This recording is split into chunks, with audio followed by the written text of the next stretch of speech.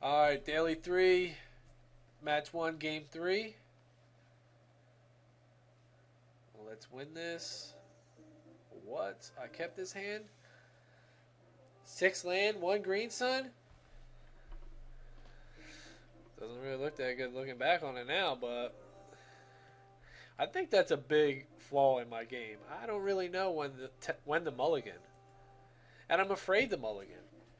Because I've had hands where I've mulliganed, because I had 1 land or no lands, wound up going down to 4 cards. That's pretty much an auto lose. So I really don't know. But Green Sun gave me some flexibility there. It gave me turn 2 ramp.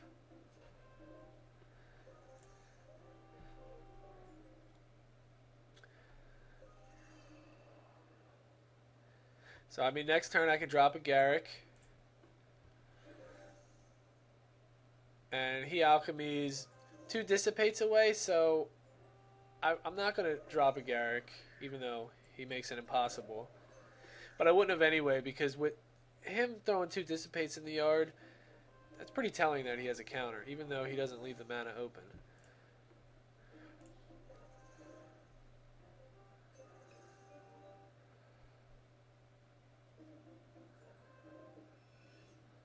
So here, I'm just going to get a poison on him and lose a land. Tap it, but doesn't do nothing.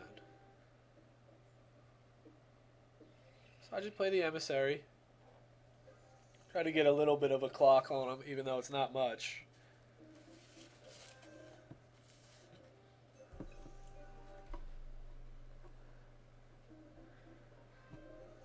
So I'm just going to bash in for 2 here. He's not doing nothing. Play a land, play a sphere. And just pass.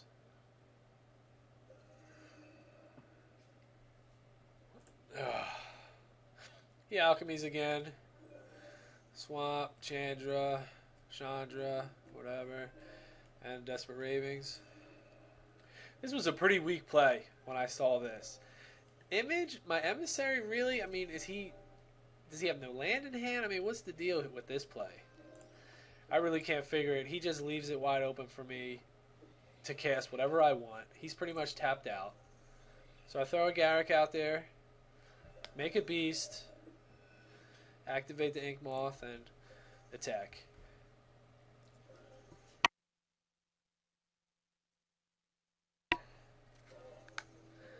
Get in there for 1. I'm not attacking with the Emissary because I don't want to give him a land if in fact he is mana screwed. Which it looks like he is. He didn't drop a land. I figured, fuck it, I'll block here, give myself a land. Which, maybe that wasn't the right play. 1, 2, 3, 4, 5, 6, 7, 8.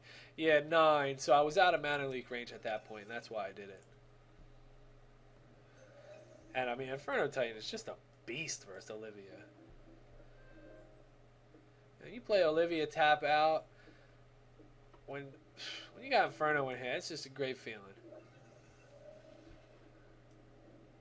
Just send her on our way. Get in there with Ink Moth.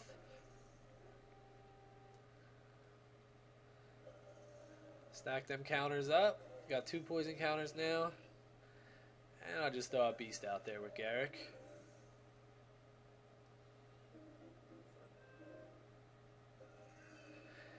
Well, this is a pretty strong play. He images my Titan, but he kills the beast. Pretty shocking. I would have threw it at Garrick right there. But I guess he wants to clear my board a little bit. I don't really know what he has in hand. But at this point, my Garrick would have been on 2 counters. And I wouldn't have been able to drop a Titan and draw off of the Titan. I would have had to make a beast in which he could have killed next turn. Or he could have just killed the Garrick that would have been on 3 counters. So I draw 6, play a Thrun. And at this point I feel like I'm in pretty good shape. I feel like I got the game locked up here. I think he mistakenly played his first image on the emissary. If he would have saved it, he would have been able to get rid of Thrun. But he attacks. Kills my beast. Pumps his Titan.